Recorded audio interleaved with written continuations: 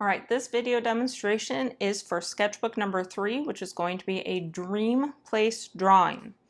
Now what you want to make sure is that you're choosing a horizontal photo, so you don't want to do a vertical image, you want it to be horizontal. Choose a place, natural or man-made, that you've always dreamed of seeing in person. It's going to become a background for a self-portrait drawing, so find a good usable photograph. Also find one that you're going to want to draw again, because you will be using it again later. Your place must have a clearly identifiable landmark or feature. Freehand draw your place using foreground, middle ground, and background. Fill the entire page. You do not want to procrastinate on this sketchbook. It is probably the one that will take the longest. Use overlapping and far/near or high/low placement to show spatial depth. You're going to shade everything showing three-dimensionality and texture. Really pay attention to things like the sky. The sky is blue, so clouds, which are generally white unless it is very stormy, the clouds should be lighter than the sky. So make sure you are not shading dark clouds with a white background, but rather shading the sky and then gently shading clouds to make them look like clouds. Use more contrast in the foreground and less contrast in the background. As we see things, if we are standing in a location looking out at a landscape, the closer things are to us, the more detail we can see. The farther they are away, the less detail we can see and the more things sort of blur together. So you want to show that in your sketchbook. Now on your handout, you see a list of just possible places you could choose. These are all just options, ideas. If you can't think of something, look up some of these images and maybe that will get you thinking, or you can just use one of them. That's fine. Again, just make sure you find a good quality image that is showing that landmark. Now what I'm going to show for you in this demonstration is just how you can do some of the different textures for your landscape. So you're going to have to do some problem solving. Another guide here for the background, use less contrast. So your 2H and HB pencils are going to be good bets. Shade around the clouds. What value is the sky? So notice in this example, the clouds are white, the sky is shaded around it. Middle ground, so that medium or middle area is where you're going to show medium contrast. Your HB pencil is going to be good for shading that area. And then your foreground, the stuff that's closer to us, is going to be showing the most contrast because we can see the most details. 2B, you could even throw in your 5 or 6B pencil to add in just a little bit more of contrast in those areas. So some different textures you might come across are all labeled down here at the bottom of your handout. So we have grass texture, pine tree, water, tree bark, waterfalls, mountains. Think of all the different shading techniques you've learned so far in the class and how you can use them to represent different textures in a landscape. So grass texture, that is going to obviously depend on how tall that grass is. And I have my HB pencil right here. But just look for like clumps of grass.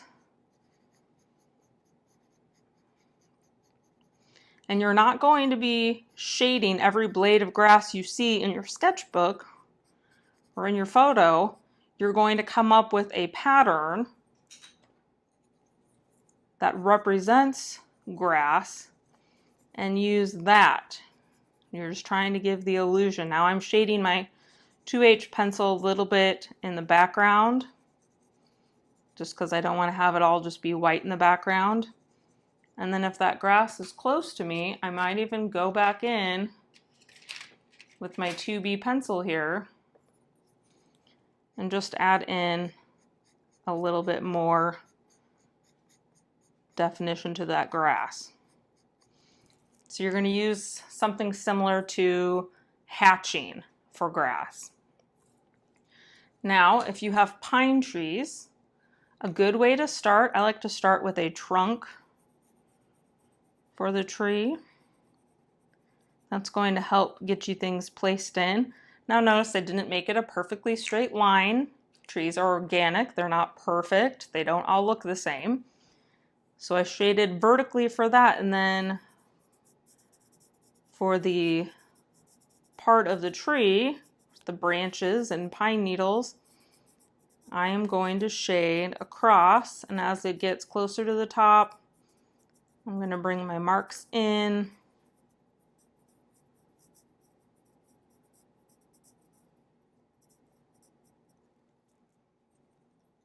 And that would be a good representation of a pine tree.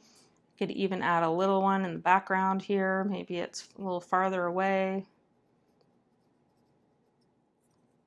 So if you have a whole bunch of trees,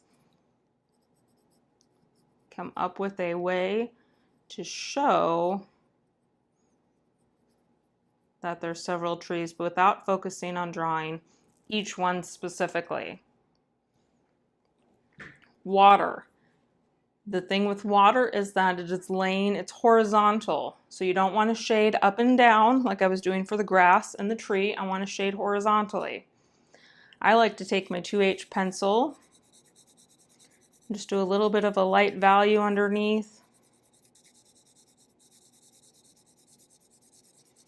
So get your base values placed in, and then go back in and add some darker values. And if you see highlights in the water, use your eraser to add those in. So now that I just have a little bit of value placed in, just gonna add in what it looks like ripples, just using some horizontal lines. And as it gets closer to the bottom, which would be closer to us in perspective, I might space those lines out a little bit.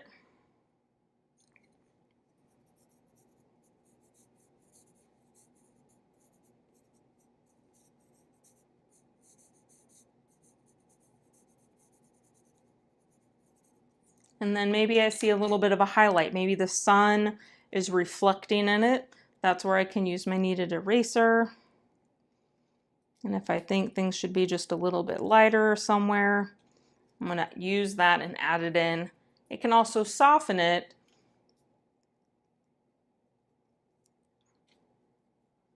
Maybe it's a nice calm lake. You're going to want that water to look nice and calm. So soften it using your kneaded eraser. Now if I have a tree, first I'm going to add in some lines to represent the height of the tree. And I'm not going to draw a whole tree here, just part of a tree.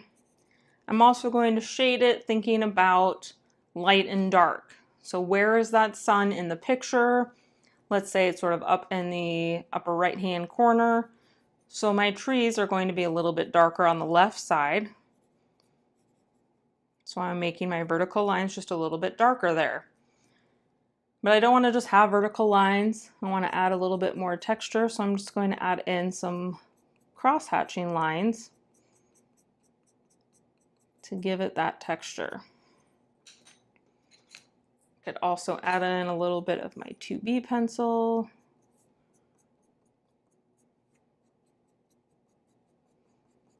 Can go up and down again just to help add to the texture. And there is some tree bark. If you have a waterfall in your image, maybe that is the landmark. The water for a waterfall is going to be different than ocean or lake water because it's going up and down. That's where your water is going to be vertical. Now also notice the water is generally going to be lighter than the rocks and trees, whatever is on either side of it. So I'm going to start with just placing in where that waterfall is located, using some hatching lines.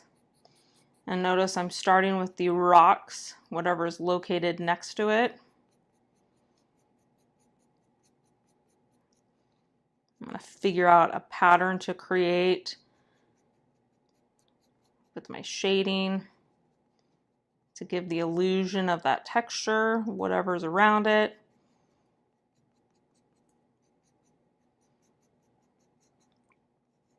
And then since my water is flowing up and down, I'm going to add in some shading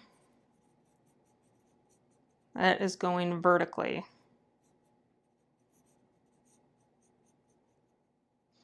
And then to indicate where that water is coming down, it's coming from a horizontal place, so I need to add in a horizon. I'm doing it in a different direction, just adding in some hatching lines for the sky.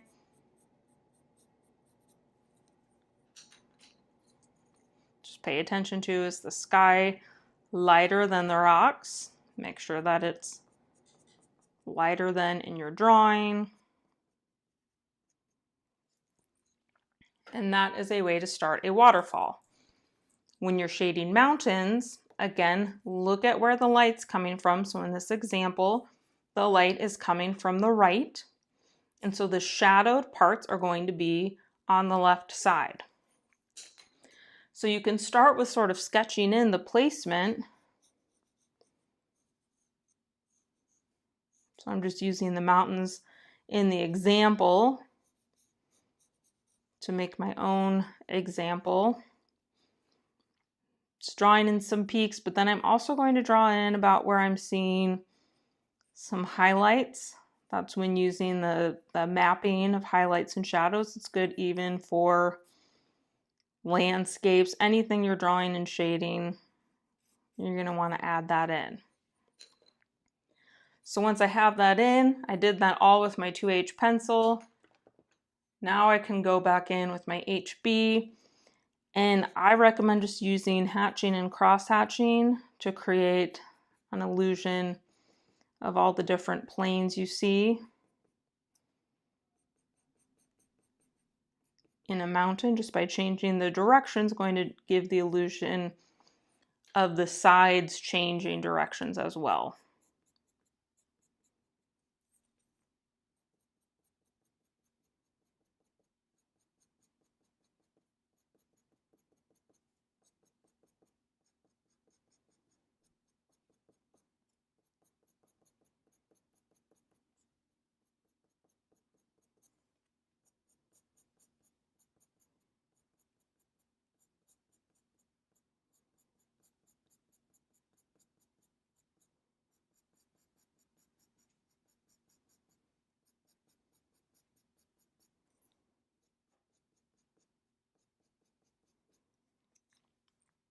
So I'm leaving some lighter areas where that light's hitting, and maybe there's snow caps on the mountain.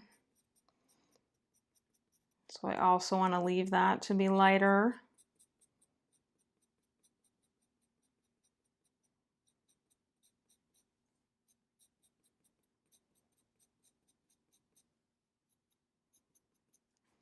But then I also want to make sure that I'm shading the sky in the background, because that's what's also going to make those white peaks of the mountain stand out.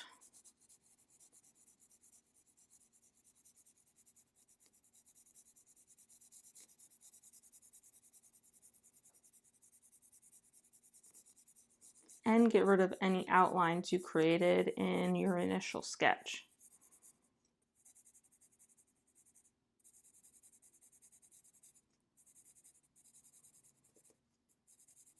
I'm also adding just a little bit of gradual shading behind some of those hatching lines, just to add to the value.